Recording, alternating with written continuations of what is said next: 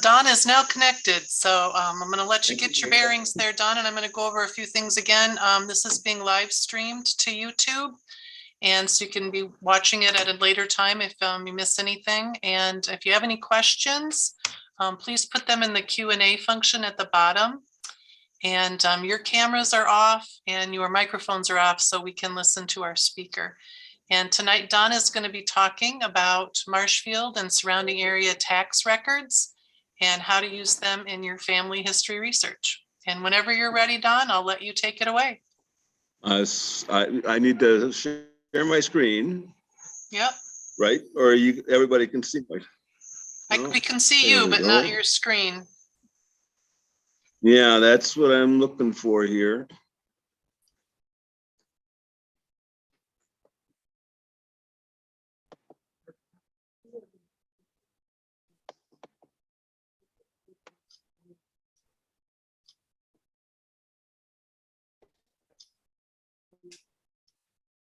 Now we can see your screen, Don. Right, but it's not starting from the beginning. So here comes Maida. She's going to save the day. Oh, you can't. All right. So then we got one little technical. Okay. I think it looks good on this end. Everything looks okay there? Yes, it does. You're good to go. All right. Cool. All right. Good enough. What we're going to talk about tonight is the tax assessment records that we have available for people to search upstairs at the Everett Roehl Marshfield Public Library in the Felker Family Local History and Genealogy Room. We have a nice collection of records from or for the city and then a number of the local townships around the city. And they sit on these shelves here and they don't get used all the time. And so what we're going to do today is talk about those records, what they are, how they can be used, and what type of information you might find in them. So there we go. This is actually a picture of what the corner looks like in the Felker room where these records are kept. And you can see we have things from Auburndale, Cameron, Lincoln, Marshfield, McMillan, Richfield, and Rock. All those townships are represented. Most of them have books that are tax assessment books or rolls that cover like 5-year span. So 1905, 1910, 1915, 20, and so on, between 1900 and 1940. Some of the townships actually, or the towns actually have a more extensive collection. And you can see, for example, the town of McMillan has records that go to 1988. The village of Auburndale has some that go beyond 1978. And I understand we're being given another collection from Lincoln Township in the next few days that will expand that collection. Not exactly sure how far, but there'll be more of those coming here yet too. And then of course, in the city of Marshfield collection, there are, the volumes go up until 1961. So we have the earliest is 1889 and then through 1961. And I will tell you that the later years, 1941, 51, 61, are these really thick, massive books down here. And so as the years go on, there's more material in there to cover and look through. So as far as the type of records that we're going to talk about tonight, I thought I'd hit just a couple things that are in here. The first one is the assessment roll or the tax roll for real estate property. All cities, all governments depend on taxes, and these assessment rolls are an official record for keeping track of who gets to pay what for property tax, basically. And so the main purpose here is to identify properties, who owns it, and who's responsible for the taxes. And those records are here. And as genealogists, we can make use of some of that information. So what we'll talk about is the assessment rolls. There's also inside of these books another set of assessment rolls called the personal property rolls. And what they do is some things other than real estate are taxed. And so, and that changes depending on the time frame when the tax records are being collected or the taxes are being charged. So, for example, in the 1890s, they might have taxed a piano or an organ. Later on, they were taxing automobiles, and they just changed during the course of years as you're looking at it. So each one is a little different, but there's good information in there. And again, these records are here and they're easy to access. One of the nice things that's different between assessment rolls or the real estate rolls and the personal property is real estate is all based on legal descriptions of the property. You can't look at 301 South Cedar and find that in the book. You have to have the legal description of the property to get to the assessment rolls. And it's easy to figure those out, but it makes it a little bit intimidating to pick up the book and think, where am I going to find the information I'm looking for this one piece of property in the city or in the townships. The personal property rolls, on the other hand, are kept at the back of the book, and they generally are in alphabetical order. And so they're much easier to search. If you know someone lived in the city of Marshfield and you want to find out if they paid personal property taxes, you just flip to that part of the book and scroll down in alphabetical order and you'll find the name and what they paid. And then there's a couple of unique things. When they first started keeping track of personal property, there was a column for the stocks that people had invested in their bank. So if I was an investor in the American National Bank, my name would show up in this personal property roll saying how many shares I had with the bank and what it was worth. And later in later years, they took it out of the personal property and actually had an assessment roll just for property of bank stock. And so you get a whole listing by bank of who has money invested in that bank. And sometimes it's one or two shares, and sometimes it's a lot more shares. And then the last one that isn't included in every book, but it is in a number of them, is what's referred to as an occupational role. And that is a tax roll specifically related to a business activity. And the one that I'm going to use for an example to show you is people who owned mink farms were taxed differently, or there was a tax on that farm. And so if you have a relative who was made his living by raising mink, it will show up in this occupational tax roll as a special tax. So that's what we'll talk about. And it's a mouthful. I'm going to try to go through it as quickly as possible without talking too fast, which I always have a hard time doing. So as far as the value of the information goes, one of the things to think about with these tax records that we're going to be talking about is that they can document that a person was in a specific place at a specific time. So if you have a relative that you're trying to identify as being in Marshfield or being in the town of McMillan or the town of Rock or Cary, and you have an approximate date, you can go to those records and see if the names show up. But again, the trick is knowing that legal description of the property if you're looking for real estate transactions. But they're there, and they're a good source for documenting when someone is at a specific address or a specific location. And the other thing that's important about them is they can provide clues about where to go out and look for other information. As I go through these slides tonight, one of the things I hope to impress on everybody is that as you're working with the tax records, you remember it's only one piece of the puzzle, so that when you're looking for things, you should also be looking at other things that can help support or confirm what you're guessing or guesstimating out of the tax records. And so we'll talk a little bit about how they work with other records. And then the other things, sometimes you think about records that provide other information that it's not necessarily what you started looking for, but it's kind of a nice thing that these records do, because they're all arranged by either townships and section numbers, and they're all closely related. You have a specific identified area. When you're talking about city records, it's a city block that you're talking about. So you get to know all the neighbors and all the friends that these people probably had that they lived close to. So you have a chance to look and see what the world was like when they were living here. And I think that's important to kind of think about friends and neighbors when you're doing your family history. And this is a good example of how you can identify some of those people.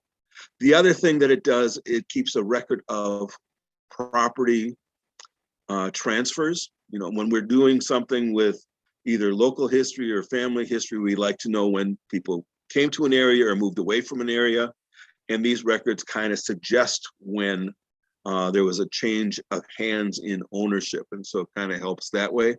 And a number of times, and I don't know if I pulled an example tonight in the pictures that I'm going to share, but if someone passes away, the records usually say the estate of. So if it shows up this year and it wasn't there last year, it might help suggest a dated death for someone before the 1907 records, for example. And there are records here from 1889, 1891, 1895, 1898. You know, so there are things here that would be before the requirement to register births, deaths, and marriages. So there could be an additional information there. Then the last one on here, I was going to take this off and I left it on. In a lot of cases, and this predates the time we're talking about here in Marshfield, men they started to be taxed when they reached the age of 21. And so you could estimate the date on a man if he started paying taxes because he wasn't required to pay taxes until he was 21 years of age. Now that doesn't really apply to this. And like I said, I was going to take it off and then I left it on by mistake. But in some places, if you're going out east and starting to do tax records or tax assessment rolls, and you see someone is listed in there in the 17 and 1800s, it's a good sign that he's attained the age of 21. So it helps give you an estimate on the age. So what I'm going to do tonight is I want to talk through this like I'm using these records to accomplish something. And so what I'm going to do is I'm going to talk about creating a research plan. What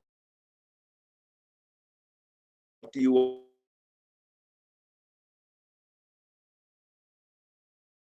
want to know and figuring out what records to use, and then we'll poke fun at me. But anyway, start planning to do a research project. You always want to do 3 steps. The first one is, what do you want to know? It's really disappointing when someone comes in and says, tell me everything about so-and-so. What do you have on this family? I mean, you really want to be specific because these records have specific pieces of information that you can get to. Don't want to look at them if it's something you can find someplace else. And you don't want to overlook these if it's something you can't find anywhere else. So the first question is, what do you want to know? And then you have to decide what type of records are available that can help you get those answers. Once you get to that point of knowing what you're going to look at, it's what do you already know? What do you know that can help you identify the information you're looking for? Make a more efficient search. And then the last part is, how do you know that? What we're going to go through is we'll talk about these things as we go through.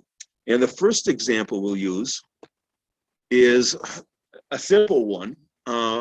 Everybody knows that in Marshfield burnt June 27th, 1887. And by the time the fire was over that day, the entire downtown business district was flattened. And so they started rebuilding immediately after the fire in 1887.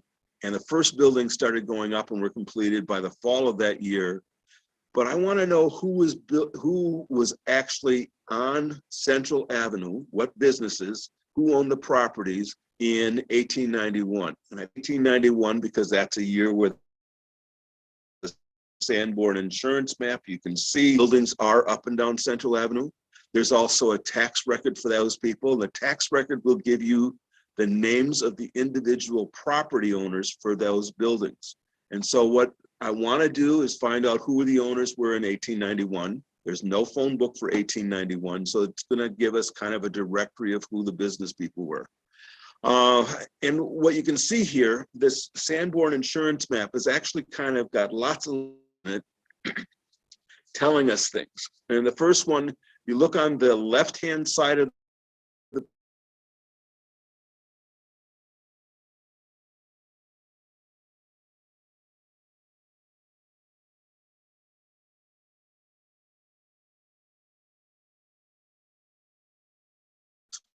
or pink buildings are brick buildings that went up on Central Avenue.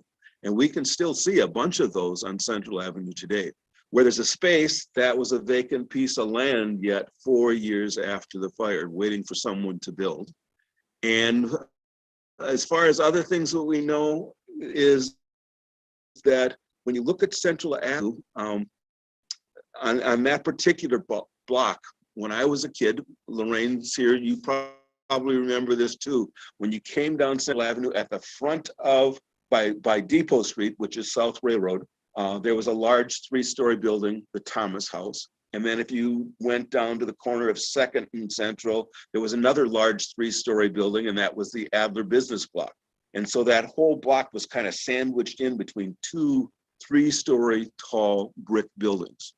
And what this picture shows us here is that the 3-story Thomas House, 3 stories in 1891, but the Adler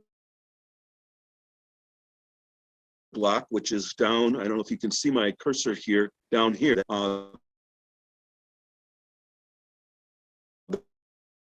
that story building. And so we get to talk a little bit, yeah, just to mention these yellow buildings. Here is built of wood. It's a frame structure. So we've got the brick in the front, and then the residences that go along Maple Street are all frame structures. So the map shows you a couple things that way. If you look close, and I didn't blow these up, it will tell you up in the upper left corner how many stories they are. There's a 3 there for that one. Down here, there's a 2, and a number of these houses have 1.5 on it. So you get an idea of how the houses looked and how big the buildings were. Noreen. Can't you? Oh, I'm sorry. Well, then you'll just have to believe. Sorry. All right. Okay, finish that sentence. You just have to believe me. Okay. This is what the real estate assessment looks like. And I know it's kind of faded. I tried to make it a little darker, but what it does is it takes block G. And I wanted to back up here. See this here, right in the center? The original plats of the city started off with the alphabet. And so you got, oh, you see the G in the center. Okay, that's identifying block G. And so what we're going to be looking at is in the assessment rolls, we're going to look for block G, and it will contain a list of all the property owners. And it starts off with lot 1, and it should have Philip Adler's name up at the top. And then it goes up Central Avenue from 2nd to 1st Street, and not Depot, 1st. And then it goes down Maple it goes up, over, and back. And so, and every block is set up in that very systematic order by number. And so what they do is they print these sheets and they just put the lot numbers in numerical order and the names of the people that own it next to it. And so this will actually create, if we take all those names off of there, a sheet where we can say, okay, we don't have a phone book, but we have identified using these 2 records where and who owned all the properties. And so up on the top, as corner of South Railroad, 1st Street, and Central Avenue, you have the Thomas House, then you have the Dull factory. One side of it was a millinery shop. The other side was a saloon. You have Null Hardware, William Null Hardware was in there. And if you look there, there's a little green square in there. They did tinsmithing in there and they had fires going. And so the green indicated that they had some type of adobe fireplace or oven or something. And then there was a boots and shoe store. What I got a kick out of when I looked at this is that in that one block in 1891, On just one side of Central Avenue, there were 6 saloons. So I find that surprising. I thought it was, but what's kind of cool is we can identify those by location and who owned those properties. And so that's one of the things that are about the early assessment records, because you can identify those people who live next to each other or work next to each other and gain some information. If you go around the block, and I mentioned that it comes down, you also have all those residents back there, and they're still property owners. And so what they do is 1891 assessment roll, they have the homeowners there. And you can look at that information and document who owned what property and lived in what house based on that information. Now, what they're good at is dividing these lots. Those lots were pretty good size. And so, for example, if you look at the top where you see Mr. Thomas Hotel, there's a pink shed or shop behind there. This is actually his barn there. And so when people came to stay at the hotels, they came with a horse and buggy. There was a place for the animals to be housed while the families stayed at the hotel. That space down the middle is actually the alley. The space down the middle is the alley. The barn is sitting to the right. It's on the other piece of property. He actually owned both pieces of property and then had taken a piece of it for putting his barn. And as the years go on, those transactions end up always selling a small piece of what might have been the original lot to somebody else. And so you see multiple owners. The most recent building that was specifically on that piece of property was the Pointe Hotel. That was taken down sometime in the early 2000, it was taken down. But it actually started being a separate parcel of land back here already in the 1890s. And then you can go down on Maple Street. Again, you have the residence there. On the corner, you see the Bever Cigar Factory. Peter Bever had a cigar factory down there. And then the corner building, which is now the Elks building, was at the time a newsprinting office. And then on the alley behind where Mittens is, was what was known as Sterling Photography. And you can see it was a brick building there, and we have photographs of what that looked like. But the information as far as who owned those properties, if it exists nowhere else, actually exists in these tax assessment rolls.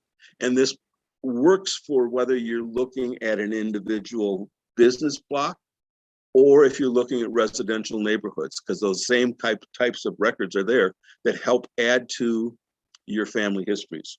So what I put here, I just want to run back this one slide. What it does is it identified all the owners by name. The Sanborn Insurance Map actually identifies the types of businesses that were conducted there. It tells you what the building materials were, so you know, you can kind of get an idea of what the buildings look like. And what I like to do is really look at these as far as the value goes, because it helps you judge when things are being sold when you're looking at other records. And for example, in 1891, the 3-story Thomas house was valued at $1,800. Now you think about that massive building there today, and that it was only valued at $1,800 a few years after it was built. The same thing with the 2-story Adler building on the other end of the block. It was valued at $1,800. And that was only 2 stories. That's where Mittens is now. And then just to kind of get a general idea of the size of buildings and how the price varied, the Adler Saloon was in the middle of the block, and that was about $700 for a brick 2-story building. And so when you look at the land sales or land transactions that happened during that time, you might see some of these sell for $1,400, $1,500, a couple $1,000s, and that includes a full building on the property. And sometimes they will say, have a comment about and include all buildings, and sometimes they don't. And then if you kind of watch for the transactions to see when it jumps up, and that gives you an idea of when they've added buildings to it, because you don't always have the building permits like we do today. So that's kind of the first example of how you can use these records. Second one, some people might recognize this house, is the house at 301 South Cedar. And this is where my wife and I raised our kids. The house was built by P.J. Krause in 1892. The question is, when did he move from the house? And you can use the tax assessment rolls to kind of identify or suggest when people leave or move to other locations. One thing you could do is if you know where they moved, you could see when they show up at that location. Or you can look at this and see how the records change. And so what we're going to do is we're going to talk about how you can use these records to kind of identify or suggest that there was a change of ownership. So it was built in 1892 by PJ and Anna Krause. PJ was a merchant on Central Avenue. In 1904, he was already living over on West 5th Street, the big house with the white pillars, just sold a corner of, I think it's Wisconsin and 5th Street. It's a gorgeous house. Anyway, by 1904, he had left our house and moved there and built a new house. I mentioned, though, that when it comes to looking for these records, you can't go in the assessment rolls and pull up 301 South Cedar, even though that's the address. And so what we have to do is come up with a way of determining the legal description. And then after that, it's a matter of what records will help answer the questions. We don't need to look at all of those. We only need to look at the ones that are specific to our time frame. And so for Marshfield, and that would contain records in here, we have records that are available in 1889, 1891, 95, 1901, and then 1905. 05 is too late, 89 and 91 are too early. So you only have to really look at 2 books to try to get an idea of when this transition or when this family moved from one house to another. When you look at, consider the home, he must have been doing all right. When you for think, that to be his first home. yep. I think people, well, there was a different tax structure at the time. You know, people didn't have to pay as much tax on the income. So the money was more liquid. They could spend more. Because our house was a small house by comparison of some of the houses that were built in Marshfield. Yeah, and when I think about some of the houses along Maple Street, behind St. Vinny's was not Camps. Was one of the store owners on Central Avenue had a big house up there. When I was a kid, it was kind of divided into like 3 or 4 or 5 apartments. But it was a massive house, and eventually, because of where it was located, it was taken down. There were a couple of big houses across the road. Again, massive big houses. And most of those big houses are gone, or they've been cut in half and one part moved here and another part moved there.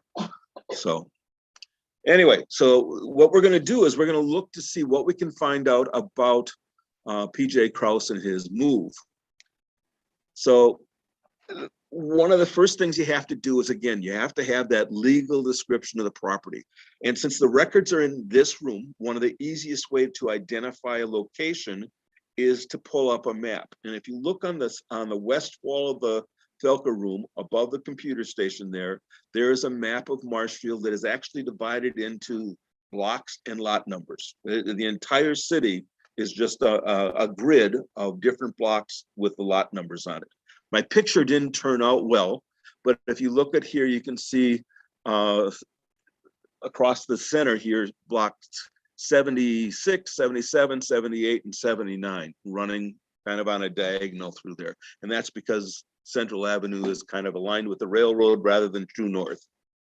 And the house that we're talking about, 301 South Cedar, is actually located in block 77, and it's on the north side. So you start numbering from the south side, and if you go up, it would go 1, 2, 3, 4, 5, 6, 7 is on the corner. The house is on the corner. So our house, or the legal description for that property, is block 77, lot 7. So it's easy enough to figure that out. And once you have that, it's a matter of pulling out these books and flipping the pages until you come to block 77. And there is one block on each page, and they're numbered in sequential order. So it's block 1, block 2, block 3, skip ahead to 70, 75, 76, 77. You stop, and there you have the information. So here's block set, and I know this is small. Here is the one of the census rolls, or one of the assessment rolls for that block, and it's difficult to see, it's all blowed up. We had two options to consider, 1895 and 1901. 1895 was probably too early. I did check. Mr. Kraus still retained ownership of the house. He paid the taxes that year. But in 1901, just to make this a little bigger, you see here's our property that we're looking at, Blonde. And if you see where the arrow is, it's pointing to PJ off, and George Reynolds' name has been written in. So when you pay taxes, when do you pay taxes on your property? Beginning of the year, January, right? That this would put this date at some time around January of the following year, because his name is crossed off. It was there yet when the tax rolls or tax assessment was set. So he probably owned the property, when he sells the property, and Mr. Reynolds' name is added in. Now, whether Mr. Reynolds paid, the name was switched at that point. So my assumption is that that transaction actually occurred about that time. Now, you can't go with what you assume, because you know what happens when you make assumptions. And, I'll come back to this one. So anyway, we see the alteration in the tax record for 1901. It suggests a 1902 timeframe. You go back and look at the records that are at Wisconsin Rapids on property transfers. And Mr. Reynolds bought the property in February of 1902. And Marshfield was really good about reporting local news. And in the Marshfield, it says George Reynolds has purchased the handsome residence of PJ Kraus on the corner of 3rd and Cedar Streets. So we can say that from the tax records, there's enough hints that kind of add information to what happened. The house was 10 years old at that time. Right about 10 years, yeah. Mr. Reynolds was a land developer. He had money. He had a lot to do with the Mead Wildlife Area, the land that was out there, the drainage basin. But for the most part, he was somebody who worked in lumber and then also sold property. And he was quite well off. He moved to Washington and lived out there after a while. So now I mentioned the property. I want to go back to this again. And the point I wanted to make is you can all see that house, and you probably have an idea what it might be valued at today. But at the time, the land was worth $600 and the house was worth $2,800. And so the property was valued at $3,400. Now, times have changed. But I think it's important when you're looking at tax records to keep in mind how much they've changed, because otherwise you're always looking for a land record to say, well, if they're buying that big brick building, it has to be $30,000, $40,000, $50,000, and it doesn't. The prices on those buildings were really inexpensive when we think about it. Yeah. Yeah, and it's interesting to go back and that column, that fourth column is different handwriting, so it was entered at different time. Yeah, and that, are you talking about the one up at the top that says 143? Well, that one too, but the fourth one says value fixed by Board of Review. Okay, the Board of Review, usually what there's an assessor who sets a value, and then there's a committee that looks at it and they agree to the assessment. Sometimes I've seen these numbers actually get changed by a penny, $5.06 and no $5.07. So it's interesting, how that is, but it's actually reviewed, and then there's this agreement between the Board of Review and the final taxation piece. And we still have a board of review that looks at our property tax or property values every year also. It does look like the fourth column from the left is different. And that's the board of review. Okay, and then when you go over to the far right. Yeah. That could be again possibly another writing. Yeah, and I've been trying to figure out what that remarks column is because the numbers just don't make any sense. It's not a running tally because it doesn't get bigger. They bounce around. It doesn't have anything to do with the numbers before it. I don't know what that column means. You know, and there are things there's nobody to ask from that time frame. So It might be in the minutes of the city. well, it might be, but I haven't gone that far. So I don't think I thought it. okay. So anyway, we learned what we wanted to learn about this by using the assessment records, or at least it was something that would lead you in the direction to get the rest of the information. Now, one of the things I wanted to make sure I touched on, and this is a poor example of an assessment role as far as the clarity goes, but when we think about the city lots, a lot of times we think about them in blocks and lot numbers, but there were sections of the early city that were not divided into blocks. And so when you start looking at tax assessment rolls from the 1890s, early 1900s, you get to the outskirts of town, you go back to that typical plat book setting where you see the town described in terms of the township, the section, and the range. And so this is just an example from one of the city assessment pages, and I think this was 1891, where the property is defined or identified by the legal description with the town, our township section and range. And that comes up or shows up a lot during the early parts of the city until the city, till the property is actually platted out as city blocks and things. What we think of the city would have been farmstead. Yeah. So Oh, yeah. Just on in the plat.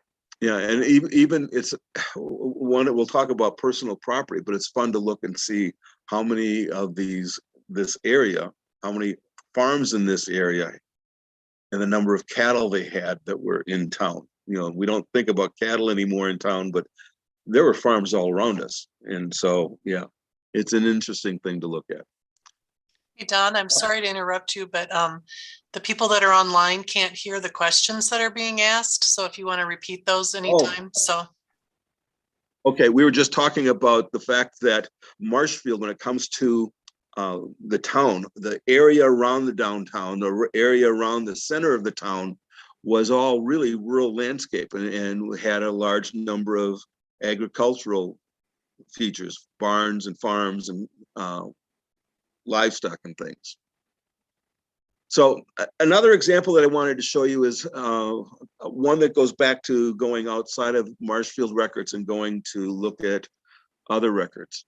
And so we received a question a month or so ago from a family in Milwaukee who said that their grandfather moved to Marshfield in 1919. And their question was, can we find a residence and a place of employment for Frank Breadlow?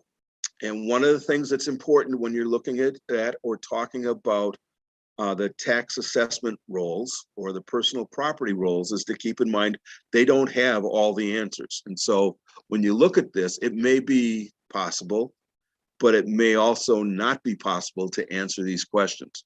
So they gave us the name, the date they moved to town, and approximately when they left town. And then we went looking for them. Well, the first place you're going to look to find someone is not in the tax assessment rolls because you don't have a site that you can identify, and they're not alphabetized and they're not indexed. So we went to the best index we have, and that's a phone book. And in 1919, there was near 1919, there was a really good phone book, a reverse directory put together for Marshfield, and we checked there. And in the city and on all of the city streets, there is no Frank Breadlow listed. But that particular phone book actually listed by rural route numbers the people who lived in the surrounding area. And in those pages, you find Frank Breadlow identified as living at Route 6 Marshfield. One time Marshfield had 7 different rural routes, and they don't seem to be consistent throughout time as far as where they were located. So we have a route number, but it really doesn't help pinpoint where that house is located. So we had to see or start looking for other resources. That's one of the things I think is important about these records and any other records is you never look at them with blinders on. You have to take them and look at the whole picture. And so when we couldn't find them in the phone book for a street address, and we recognized that it was a rural route number, we knew it was outside of the city limits, then we started looking in the newspapers to see what we could find about them. And so we did some searching for Mr. Breadlow and found out that in 1928, he held an auction. And, you know, if you're going to have an auction, you want to give people the right directions on how to get there. And in the directions, it says that he was located 1 mile northwest of Marshfield on Highway 13. So there's Highway 13, and it's 1 mile north of Marshfield. I figured out by Man Road or heading that direction. Okay. Didn't really have a legal description yet. So then I just kind of kept strolling through the newspapers to see what I could find on the Breadlow family yet. And I came across a newspaper clipping the following spring saying that a family from Iowa, Eilers, and I think it's actually Islands, had purchased the former Frank Breadlow family's home and moved in. Now, we couldn't figure out where Frank Breadlow's property was, but we were able to identify where Alos and his family lived.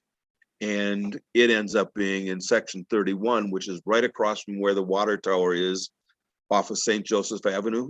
So if you're going out by St. Joseph and West McMillan Street, you go about 1 block down, and his 80 acres of farmland was off to the west of that.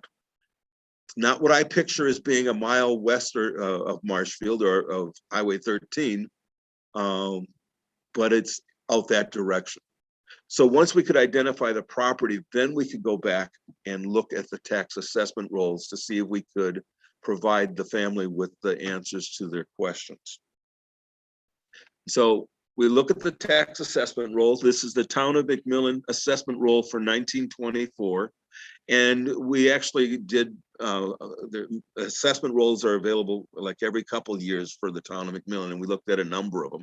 Just pulled this one for an example, because what I think is important is if you're looking at the tax assessment rolls, you don't want to run down the list, see the name, and stop. Because when it comes to these rural pieces of property, a lot of times people own multiple properties, or there was different legal descriptions for them. And so if you look at this list, you can go down to Frank Breadlow is listed at number 11, and then a couple more down, he's located, mentioned again. And actually he's listed one more time below that yet on that piece of paper. He had 79.5 acres of land, 40 acres in one parcel, 38.5 in another one, and then 1 in another one. And so we know what his legal description was. We know what the property was valued at. And that's the kind of information that she wanted to know. She wanted to know where he lived. Now we can point out the house. I don't think the house is there anymore, but we could still answer questions for the family. Address on the question was, would an address not show up on a 20 census? If the house was still there, it might, but I don't know that the house is there because that's all been built up. Oh, 1920 census. Yes, actually, I did go back and look at the census records, and that's why when I first, when I was looking at the census records for 1920, what I was paying attention to was the names that were near him, and it was the Feltons, the Gerlachs, and Feltons are in the Town of McMillan. The Gerlachs had built a Sears house on St. Joseph Avenue, and when we did the Marshfield storybooks in 1997, the family wrote a story about their house, and so I knew where their house was, the name, and I recognized the name, and so I started looking at that area, and that's how I found it on the 1930 plat book. So So you have to just kind of, you're never looking at one piece of information without thinking about the other possibilities. All right, and then this is personal property. Again, because this family was looking for just general information about things, wanted to tell them everything we could, and so I pulled up the personal property, and it goes through and it talks about the animals, it talks about the equipment, pocket watches, automobiles. They had an automobile that was valued at $575 in 1920.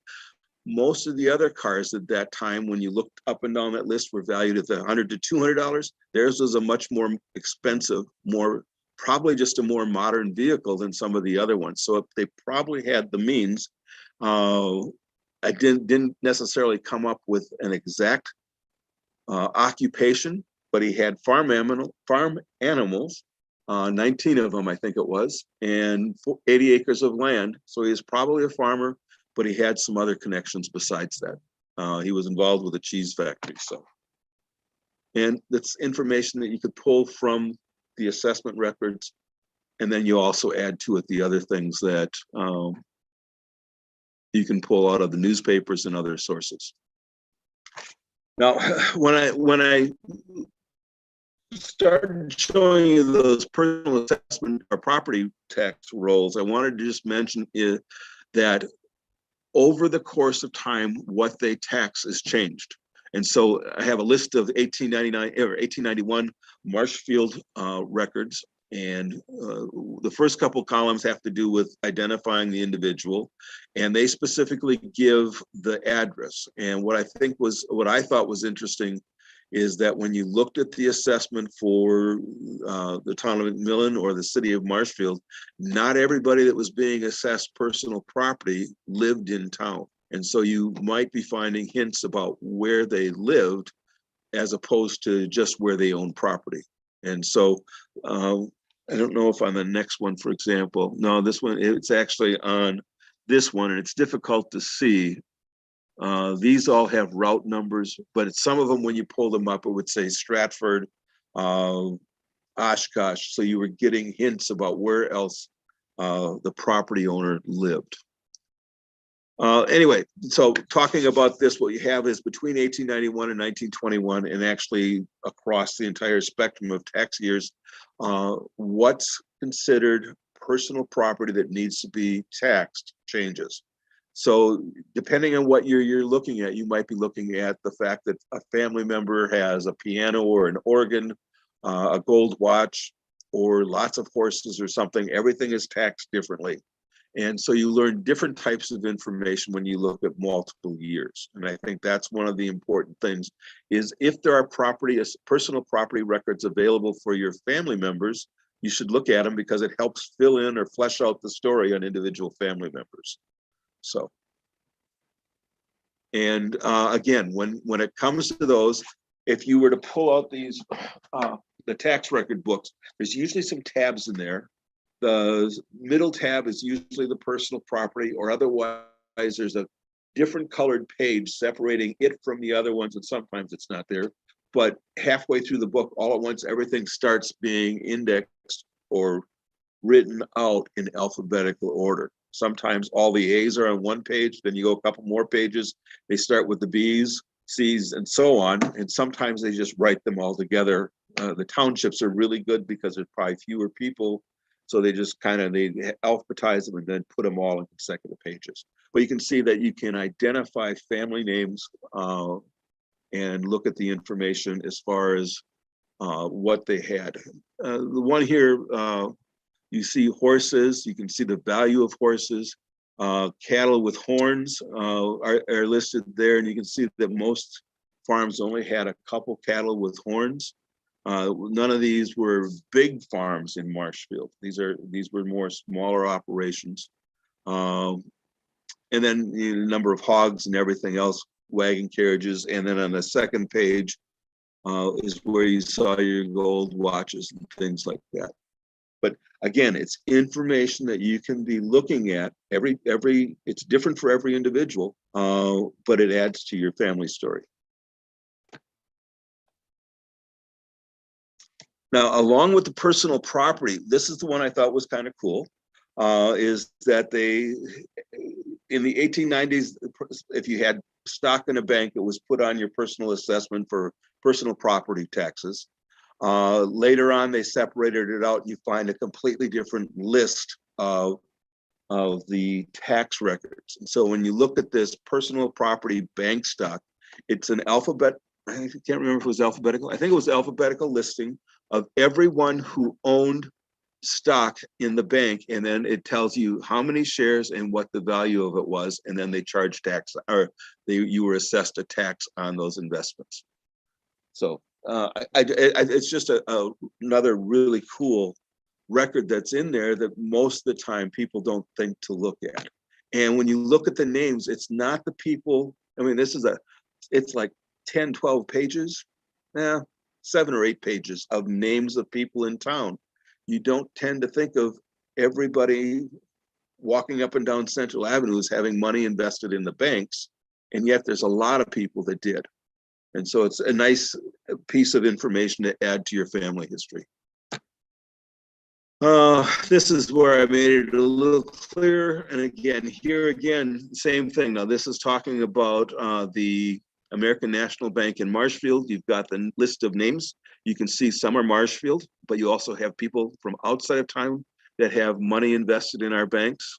And then again, the number is the number of shares, and then the next line is the amount of the value. And here's where the assessor put it at $5.06, and the Board of Review raised it by a penny. That just, you know, there's a question, yes. The fifth name down, Adler Estate. Right, and that's Philip Adler after he passed away. So that would have been within the years of? Actually, some of those estates last forever. It's interesting how long before they close estates. So sometimes you'll see those go for a much longer time frame. And then the other one I mentioned that I wanted to kind of touch on was the assessment for occupational and tax and domestic mink farms and beekeepers. So you can find out who people are that are working, and it didn't scan well when I scanned it. First name was Lang, and then first name was Lang, and then there was I don't remember the other names. Marshfield, Brick and Tile were in there, and then something else. But what you can do here is you find people that have mink farms or beehives. And so the first name, the Langs, had a mink farm, and then the other ones had different number of beehives. The second name actually had 13 different bee colonies, which I thought was quite a few at the time. But it's just additional information that you might not be aware of when you're talking about your family history, and the clues are sitting here on the shelves. Now, I have one more example, and I'm gonna kind of run through to finish this off. Right now, the city's celebrating its 150th anniversary, and we have the project going on about then and now in Marshfield, where we're taking pictures from the past, matching them up to pictures from the present, and then trying to create a history of that building.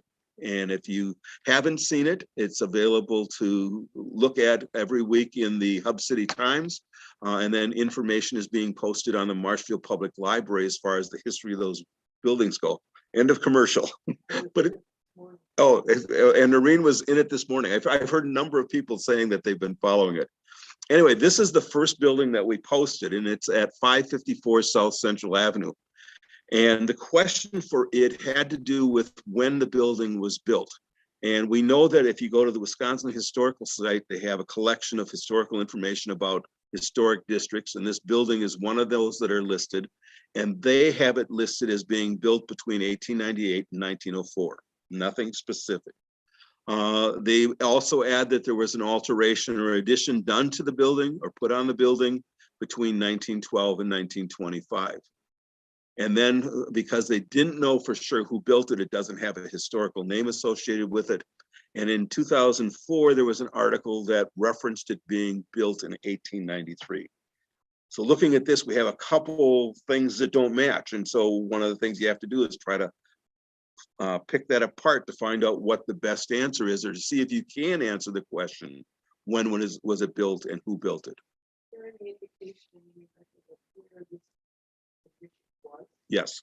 The question was, is there any record of the addition and where it was? And actually, it's the entire building next to it. What is now Heinz and Printing was the addition or alteration to this building. When they put the Franklin Ritt garage up in 1920, they built it so it surrounded this building, and they actually changed the front facade on this building to have it match the other building. And I'll show you a picture in a second of what the original building looked like.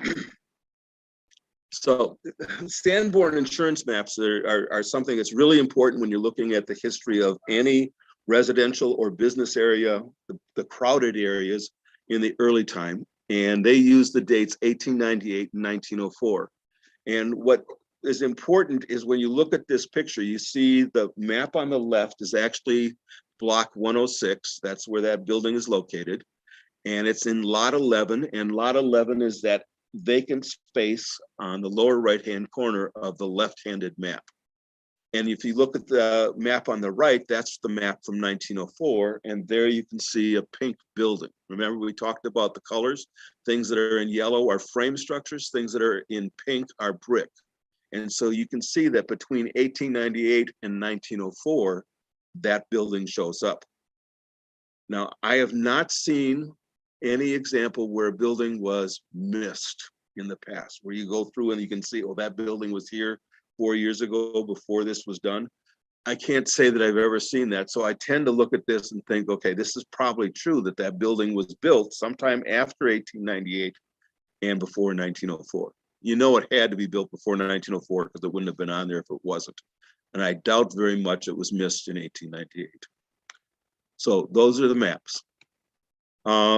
You need to have a legal description though for the property. Now we could come up here and use the map that's hanging on the wall to look at 106 and then try to identify the legal description and go search it out that way. But a lot of times you're not at the library. The library is closed when you're doing this. There's things you can do online. So the first thing I would suggest. Your attention, please. The library will be closing in 20 minutes. All of today's meeting room reservations are now expiring. If you're using one of our meeting rooms, please gather your things and exit the room. If you have materials you would like to borrow, please check them out now. The library will be closing in 20 minutes. Okay. Thank you. We'll be done before 20 minutes. So anyway, one of the things you can do is, used to be, if you looked at the city property information on buildings, they had a legal description on that would pull up. That no longer is there. And so looking for the property data specifically for a legal description doesn't work. But the city has a GIS viewer system where you can put in an address and it will pull up a map showing you where the building is located, building or house. And from that, you can get the legal description, and then you can look at these records to find the information. So I'm going to show you this. This is what the GIS map looks like. And I guess I was supposed to have this animated, but the box up in the upper left-hand corner, it's a matter of typing in the address, 554 South Central Avenue. You can put the zip code in and it just goes automatically, or you can hit return or the search button, and it will bring up a map of the city. And here you can see, this is Veterans Parkway. This is the old City Hall. This is the new City Hall. This is 6th Street. This is 5th Street. And this is the building. Oh, I'm pointing at my screen and it's not working. I apologize, everyone. But I think you can see on the map between 6th and 5th Street, this area. Actually, if you look, there's a slightly green tinge to the building. And I'll just go to the next slide and I'll show you. Right there, that arrow is pointing at the building at 554 South Central Avenue. Second ago, Noreen asked what the alteration was. And you can see that entire gray structure around it is Heinz and Printing. And that was the building that was put around it in 1920. So we have the small building in question. at the tip of the arrow, and the rest of the building is just, it's just on the image for right now. No, it's all there yet. All right, so then if you want to look at this again, what it will do is it'll blow it up, and you can see a light blue outline to it. And when you hit that, it brings up the information on the left-hand side, and it should make that bigger, and it gives us the legal description of the property. And so what we want to look for is block 106, and it's specifically lot 11 to find the information on it. So you can go through the tax records, and the tax records are available for a number of years, from 1891 to 1961, actually. But what we did was I wanted to look at the important ones. And so here's this, and I've added the names of the property owners to each of that. Again, doing the same thing we were doing with the block G, so you can know who lived where and when. A couple of things that are interesting here is Fred Beal grew up in the house on West 6th Street, the second one in from the alley going to the west. And there were a number of property owners there that had the property. So enough for now. But what I did was I put together a table of all the property owners for the entire block that are available on these assessment rolls. And it gives you an idea of when properties were transferred to other individuals and who they were. And by knowing that a building was built between 1898 and 1904, you can just look at this little table and find out who you should be looking for in the paper. And on this sheet, there's a name that spells Beasley. And there's a couple things that I noticed specifically on this property. Spelling is atrocious. And so when you look at this, the record suggests that there's a guy named H. Beasley that owns the property at the time the house was going to be built. If you do digital or electronic searches in newspapers for it, there is no H. Beasley that shows up. So I actually went down and talked to the business owner about it, got hold of his abstract and looked. And in 1902, Mary B. Craycraft, who is John Marsh's mother-in-law, sold the building to a guy named William Herman or W. Herman Bessler. And that's the Bessler was actually Beasley. And in 1902, he took out a mortgage. And in 1903, he sold the property for $4,000. Now, you don't buy something for $700 and sell it a year later for $4,000 unless you've put some improvements on it. So that gave us the clue or the hint as far as when the property was built. And this is actually the original building that, as it looked when it was built.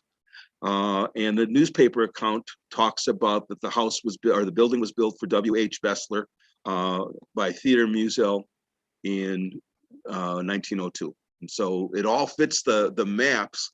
It's just a matter of having the correct information to really make it fit. And so that's how the tax records actually helped and gave clues. And while it was clues, it didn't fill out everything, but it was important information to get to really follow through on the records. So as far as this goes, when it comes to these records, they're all useful and easy to use. They're sitting here, and I would encourage everybody or anyone that has an interest in any of the businesses in town or the residences in town to come up and find it. The trick will be knowing the address. The last thing I want to say about the addresses before I close off for the night is in 1941, Marshfield changed their street numbering system. So if you have an address for a residence before 1941, it may not be the same address that the business or home has today. A lot of the homes stayed the same, but some of them jumped by 100 numbers. It went from 900 East 5th Street to 1000 East 5th Street. So you really want to be sure that you're looking at an address for after 1941 to identify the lot number, because the lot may stay the same, but the address has changed. So you got to be working with a up-to-date address if you're starting to dig for things. And then when you're looking at stuff, remember that there's alternatives.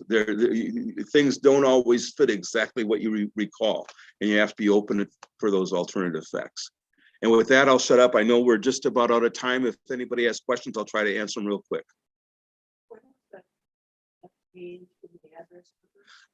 Noreen asked when that change in the address numbers occurred. It was over a couple weeks in January of 1941. And so if you look at Central Avenue, for example, that's where the biggest changes were. We went from the block being from 1 to 130 to go to 1 to 170 or 180, you know, depending on where you were at in a street. So there was a significant change in the numbering system. Natalie? Hi, Don, thank you. I have a quick question. Yeah. Do most libraries house the tax rolls, or are we kind of unique that we have them here? I think we're kind of unique. There's actually state laws that when a township or a city decides to discard tax records, that they have to be offered to the State Historical Society first. If you look at the early collections that we have with the every 5 years, typically what the Historical Society does is they take 1 or 2 copies from each year. So they maybe took 1901 and 1911 and stuff like that.